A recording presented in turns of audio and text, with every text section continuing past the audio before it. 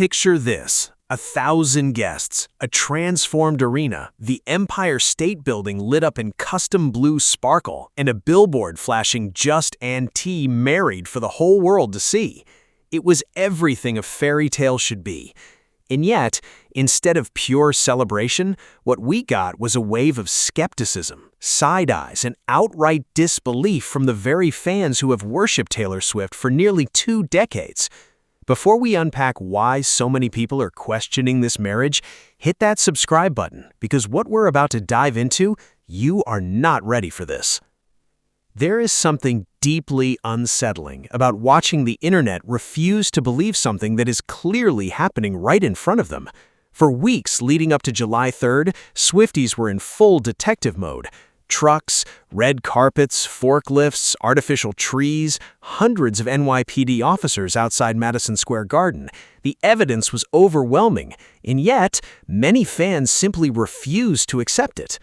You cannot convince me that Taylor Allison Swift isn't getting married on a chateau in the French countryside, or even on the coast of Rhode Island, one fan argued online. Not MSG. How stupid do you guys think we are? But here's where it gets really interesting. The skepticism wasn't just about the venue, it was about everything. Some fans couldn't picture Taylor getting married in a windowless place with no natural light. Others thought an arena wedding was simply too tacky for the woman who writes about lakes, countryside, and enchanting fairy tales.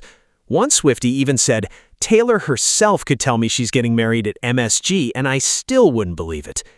The disbelief was so strong that even when the wedding actually happened, some fans still questioned whether it was real. Fake AI-generated photos flooded social media, and fans were split over whether any of it was authentic. And then, the backlash started rolling in. Columnist Maureen Callahan branded the wedding a narcissistic spectacle and a mockery of marriage, arguing that if Taylor truly wanted privacy, she could have rented a private island instead of shutting down Midtown Manhattan. Others criticized the couple for choosing July 4th weekend, forcing local businesses to close during a record heat wave, while the city's police resources were stretched thin. Some guests even felt weirded out by the experience, calling the atmosphere a circus meet and greet and describing the vibe as demeaning. One guest reportedly said, "Why are they giving away Chanel bags as if we are all their poor fans? It killed the vibe." Let's slow down here, because this is where the psychology gets really fascinating. Why are fans questioning this marriage so intensely? I think it's because Taylor Swift has spent her entire career crafting a specific narrative. She writes about love and castles and cottages, about romance that feels intimate and personal. And then she got married in a sports arena where the Knicks just had their championship run.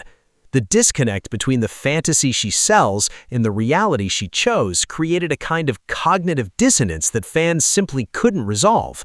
As one fan put it, "She's the most prolific songwriter of our time and the most hopeless romantic woman alive, and yet we think she's getting married at Madison Square Garden? There's no way." You know what I think?